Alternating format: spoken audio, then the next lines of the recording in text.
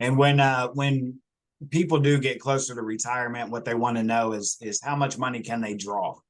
So based upon how much they have, if I've got $300,000, what's that going to give me annually if I have $500,000 or $1,000,000? So let's run a real quick illustration for them. If you were to retire with $1,000,000, what would the withdrawal rate be on average?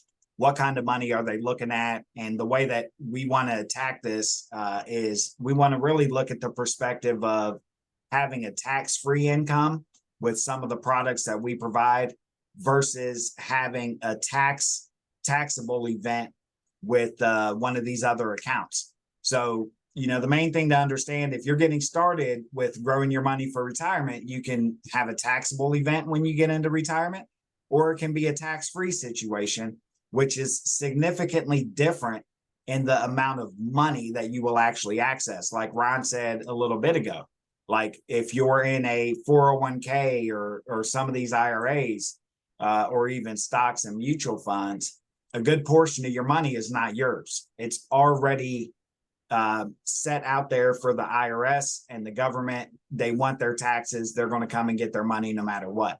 So Ron, run them through what's the difference if you got $1,000,000. What would the difference with the withdrawal rate be? Even let's just use a 4%. Okay, if you're able to take 4% per year, what would that difference be long term if you were in a taxable product versus a tax-free product? Yeah, you kind of hear the average or the norm, so to speak, might be a 4 to 5% withdrawal rate, and that goes back to kind of that running out of money concept. So if you have $1,000,000 as you're describing, well, and let's say it's 4%, that's $40,000 a year. So when you think about this, $1,000,000 is a lot of money. We think of $1,000,000. I think everyone hears a million and they're like, that's a lot of money.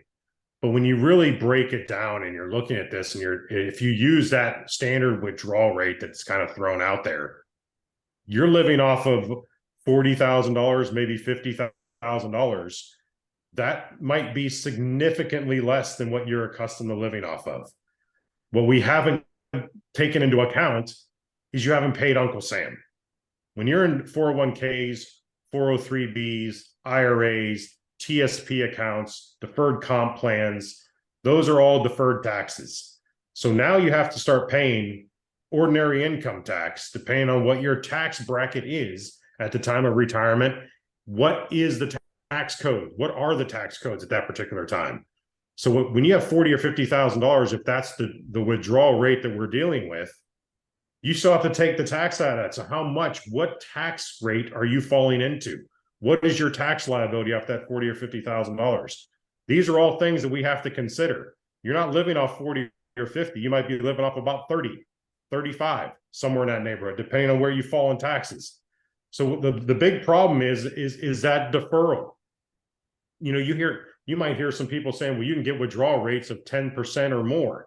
Well, that's if your money's all in these variable types of accounts and you're getting these massive swings of increases while you're in retirement, that's making up for the distributions that you're taking out, then yeah, you probably won't run out of money. You're gonna have money maybe left over to leave as a legacy for a beneficiary. But when you really look at reality, are we always going to get that type of a return? I don't care what you're participating in. No one's getting that ever, year after year after year after year. There's always going to be some cons that are thrown into that. So the concern of that is my withdrawal rate too high, too low? How much can I truly take out of these to where I'm not concerned about running out of money? This is where we come into play. And when we're talking about strategies at Financial Thirst that I've been talking about here today, it's trying to drive strategies that the withdrawal rates might be higher than the 4 to 5% because we've strategized and put things together to where someone that might have $1 million, to Will's point that we use as this example for withdrawal rates, might compare to someone that might have, let's say, $750,000. And you look at that just on its face and say, well, obviously the person with $1 million is going to have a greater income than those that have than that person or couple that has 750,000. That might not be true, because what is that person? What are we participating in? What have we built around our $750,000?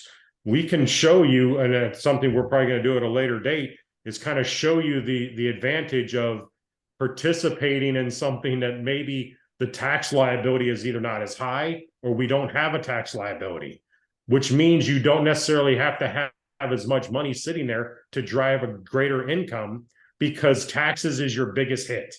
And most people are ignoring what that liability looks like at the end.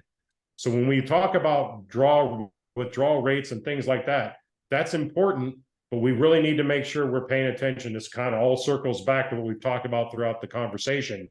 Taxes are the driving force.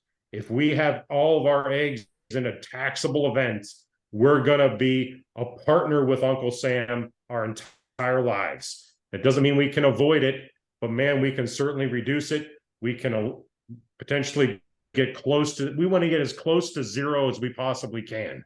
But with that being said, I would also love to see someone finish their careers, get into a distribution phase, and we're in the highest tax bracket possible. Because if that's the case, we're driving money and we're living the way we want. For someone to say we're going to be in a lower tax bracket, that's not a great retirement plan for myself. And I don't think the vast majority of people are interested in that. And for you to say that to someone that might be in their 20s and say, hey, how would you like to start your career and end your career with the same income? And I think people will look at you and say, it's been nice talking to you. We're done. But unfortunately, that's where most people get to. They start and end their careers in a very similar way because of their income being taxable, and they get into a situation where they're following the lead. We're in a lower tax bracket when we retire. And there's only one way for that to happen, and you have to earn less money. Yeah. And the amount of people who don't understand that, the more and more money you make in life, the higher tax bracket you're going to move through. So to Ron's point, if the goal is to retire with nothing, which I don't know anybody whose plan that is, but it does happen. But if the goal is to retire with nothing, you don't have to worry about it, right? But who wants to retire that way? It simply doesn't make sense.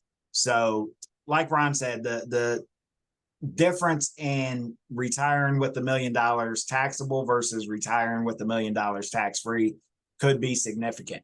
And to your point, when you think of $1 million, and we sit down with people that have all types of money that they put away in savings for retirement. But when you think of $1 million, you think it's a lot of money, but it's really not. Like $40,000 a year at 4%, that's going to last you what, maybe 20 years if you don't have taxation. But the majority of what I see specifically is Social Security may be 25% of your income when you go to retire. So if someone's making $86,000 a year, and they've been doing that, and their lifestyle is a $86,000 a year lifestyle, and now all of a sudden they get ready to retire, and Social Security is at $26,000 a year, they're going to be making, let's just say $26,000 a year. You're going from 86 to 26. If you fill the gap with 4% of $1 million and you do 40,000, you're still living an $80,000 a year lifestyle. And now you're supplementing with your $1 million and you're still only getting 60,000 a year, right? So these are huge gaps in income, lifestyle that you're going to be going through. And it's very important that you get with Financial Thirst and allow us to walk you through the process, talk you through some of these changes, and give our opinion. And like Ron said, it doesn't cost anybody any money to contact us, reach out, and have a conversation. Even when we help you roll over your 401k, there's no out-of-pocket cost or expense to you. So reach out to us. Let us help you. Let's discover it together, and let's keep moving forward.